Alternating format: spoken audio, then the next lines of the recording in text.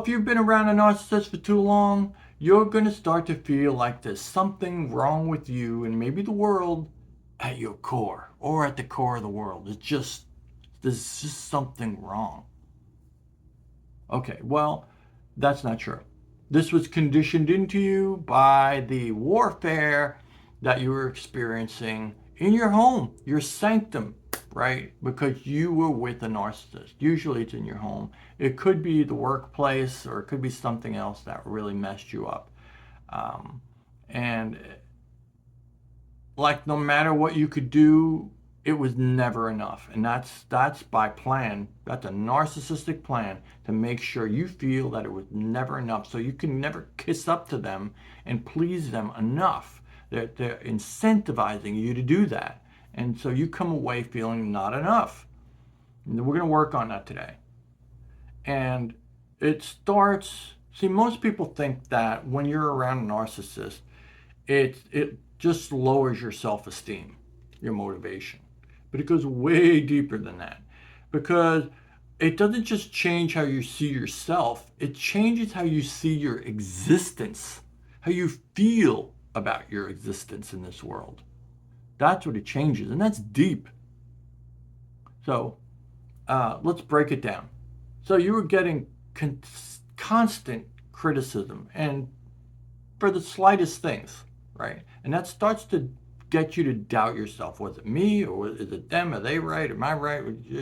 And even just questioning yourself is wearing yourself down. Now you're helping to wear yourself down too. It's gaslighting that you didn't see what you saw, you didn't experience what you experienced, you didn't feel what you feel, right? And you might start questioning your perception. Did I really see that? Was it really like that, or did the narcissist right? If you know they're a narcissist, if they've been diagnosed as a narcissist, my mom was clinically diagnosed as a narcissist 3 times. So I knew, right? I didn't know what it was in the beginning, but you definitely know that there's a problem here and that you're not going to be the one to correct it. All right. Also, walking on eggshells. This gets you to disconnect from your authentic self. Your authentic self isn't meant to walk on eggshells and be careful about everything else. Your authentic self is meant to express freely who and what you are, and a narcissist doesn't want to hear any of that. So there are 2 different wounds here to heal, and we'll totally do that. The first one is self-esteem. This is where your belief in your abilities and to do things isn't good enough. And they'll totally rip that apart, right? Get you to question, get you to look, get you to doubt. Okay, that's definitely a thing that the narcissists do. But also feeling not enough. And this goes deeper. You don't feel that you're right. You don't feel right. In a narcissist side, you're never right. Right? Yeah. So, and that goes deep. And if you don't feel that everything isn't going right, then you're going to think there's something wrong with you. And that's what the narcissists are trying to get at, right? They're totally trying to get you to think that there is something wrong with you because you're not agreeing with them. You're not doing everything they say, right? You're not just throwing yourself under the bus. You're not just being a slave for whatever they want, right? You're not being happy with being miserable. They don't get it. Right? So there's got to be something wrong with you. They throw that around one way or another, and they might even use that actual sentence. And this really rips down people's self-esteem. They feel like they failed somehow, or at least for one argument, like they were trying to win an argument. Because with narcissists, there's always arguments, always, always, always, always. It is a constant thing with them. Um, I don't know how else to say it. It's constant. And you'll win some and you'll lose some, but don't think that you failed, right? Um, because they won't accept your win even if you do win, right? You didn't fail. You're just trying to stick up for yourself. You're trying to maybe mend a relationship, fix the situation. You just couldn't because it was already broke. broken from inside the person you were talking to. There was no way you were going to do that. Feeling not enough says, I'm a failure. And you might take that as a truth or a feeling and move on with that, even way after the narcissist is gone. And it's not just that you lose confidence, it's that you lose your sense of being okay as a person, just existing. You lose that sense of feeling okay and feeling that you are okay as a person. That's my cat ripping up the scratch rug. I bought a special rug just for the cat to scratch on. 90% of the time, the cat scratches that rug instead of scratching the whole rest of the place. It works. But how do they create the feeling that you're never enough? First of all, and first and foremost, even if narcissists try not to do this, their love is always conditional. It's always transactional. You either do what they say or you don't get the love. Period. That's how they see it. That's how they do it. Even in their own private relationships, romantic, um, everything. Their relationships with their plants, with their cat, right? Their car, everything's transactional with them as far as love is concerned. Love is a weapon to be used or a tool to use as you see fit to gain traction against the ever present war that is life for the narcissist. Yeah. And approval was terribly inconsistent if it was there at all. So you got it sometimes and you may not have even known why. And then 90% of the time you didn't get it even though you were trying harder and doing better. Yeah. And the standards kept changing. As far as a narcissist is concerned, their standards are within their own head. And that bar just goes up and down and all over the place.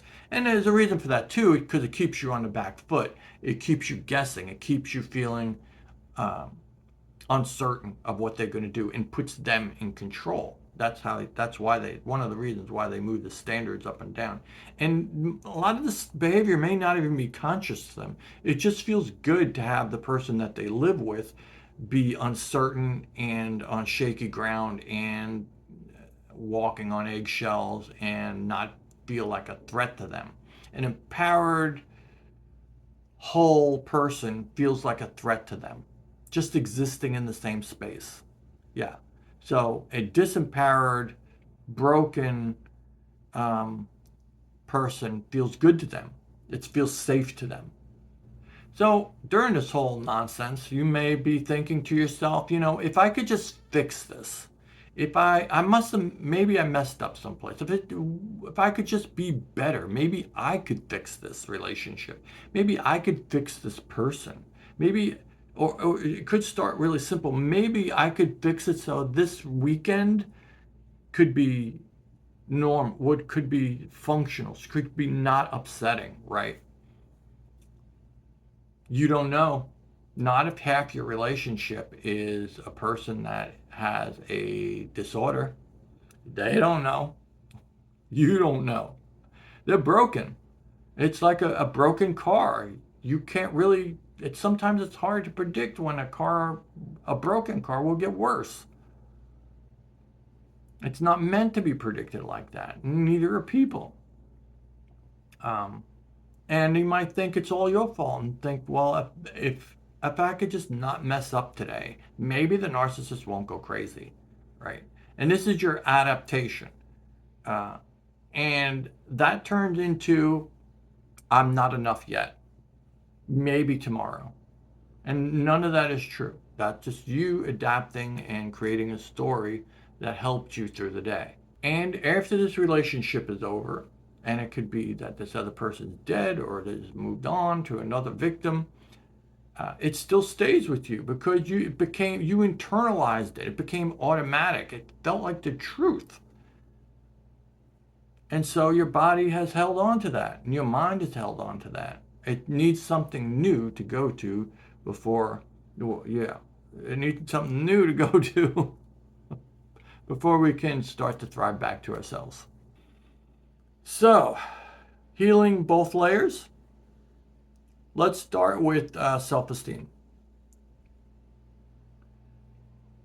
You're going to keep those small promises to yourself, the small ones. I'm not going to eat this chocolate bar that's in the cabinet now. Maybe 15 minutes. I don't know. Hopefully on Monday, right? Not right now. You're going to build evidence of competence within yourself to prove to yourself that you are enough and you are competent, because you are. You've gotten this far, but yourself might not feel it. And you're going to take action in things, small things at first, even though you don't feel confident about it. So, like, maybe you don't feel confident about going into work today, but you're going to do it anyway. And you're going to make the best of it. That's what you're going to do with the rest of your life. You're going to make the best of the rest of your life, no matter what you feel like it is, because you're competent and you're capable, because you've gotten this far. You proved it to me, right? I know when I got out, I didn't feel much. See, and that was another thing too. When I got out, I didn't. It wasn't because I got out. It was because the narcissist died. But we were heading in that direction anyway. It was about a break point situation anyway. I almost left just before the narcissist died, like a week before the narcissist passed away. So I think that's good to have a exit on your own, so you know that you can say that you could have moved on your own. It shows your mind that you are capable and that you are competent, because self-esteem is rebuilt through evidence, not affirmations, not hope. Right? We look back at our past to see if we could have done this, or are we competent enough to do this. And if you get into a semi, somebody tells you to drive a semi, what are you going to do? One of the first things you're going to do is look back into your past. That's my cat right there. Okay. One of the first things you're going to do is look back into your past and say, oh, I don't think I've ever driven. I know I've never driven a semi. So the story now is that I can't drive a semi, or probably going to have a real hard time at it. Have I driven a stick shift? Well, no, I haven't. Well, then I'm going to have a hard time. See, that evidence, your mind is going to look for evidence, and we're going to start to give our mind evidence that we are completely competent. It's just been the propaganda from the narcissist has kept you from accurately labeling it as such, because you were never not enough. It was never about doing more, saying more, being more. This is about unlearning that belief, that feeling that you were not enough. It wasn't that you were not enough. It's just that you were in an environment that treated you like you were not enough. And that treated you not enough may have been absolutely terrible. That's how that environment treated you. So, yeah, you're going to feel like you're not enough. And you came through it. If you got to this point, you were definitely enough. More than enough. So we get to think of what the problem is, and there is no problem really. Except that this stuff is still sticking around us. We still feel not enough. But inherently there's no problem. We are enough. We're completely capable. We're more than enough, and we're more than capable. That's how we got to this point. Yeah. So feeling not enough isn't your identity. It's just a leftover survival pattern that we're going to change and get rid of. It did its thing. It got us to this point, and now we're going to chuck it in the garbage. And you could do visualization exercises of having not enough on a piece of paper and crumple it up. And you can do this in reality if you like. I think it's more powerful in reality. And throw it in the garbage. I've done it where you write stuff out on paper and you throw it in the fireplace and you watch it burn and the smoke goes up. It's very healing. It sounds totally silly, but it definitely works. But if you can do this mentally, you could do it hundreds of times a day. And whatever works for you. If it's throwing it in the garbage in your mind, I used one where I threw it into a black hole. You know, nothing can escape a black hole. Just throw it in there; it's gone forever, right? Some people have where they throw it in the water or whatever they use as a visualization, and you can play around with it because it's just your imagination. You could tweak it to a point where it's absolutely uh, healing to go over it again. Not enough. Take that not enough, throw it away in whatever best way is best for you. And some people do, they transmute it kind of like they take that not enough and take take away the not, and now it's just enough. They've turned what was against them into what is for them.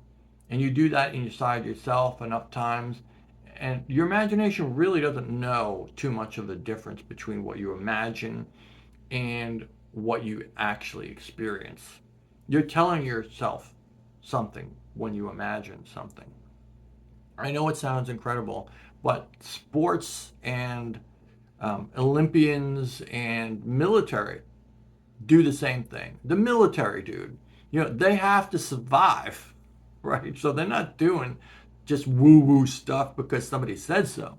They're doing it because they want to live to see the next day. So it has to be really important and really work in order for them to be doing it. In sports, when there's hundreds of millions of dollars on the line, yeah, they're doing this stuff because they are only going to do what works, and visualization definitely works. So try it out. Uh, and I know personally it worked for me as well, especially when something feels stuck and there's nothing else that wants to remove it. I go into visualization and like crumple it up and throw it in a black hole, especially when I'm doing meditation. Because sometimes things in meditation come to you and they won't stop. I can stop them now. That works. And we're getting rid of this not enough because it's so not true. It's just been conditioned into you. All right, wonderful people. So if that resonated with you, or if you have any comments about it, leave me a comment. Tell me how it worked for you, what you thought of it, how it's working for you, or if you've done these things before. I'm going to be making more videos on this and other topics like this throughout the years, right? It's an ongoing journey, and it just keeps getting better. So drop me a comment down below. You might want to look at the PDF I have down below. I think I forgot to mention in the last video. It is what it is. Yeah, and see you on the next video.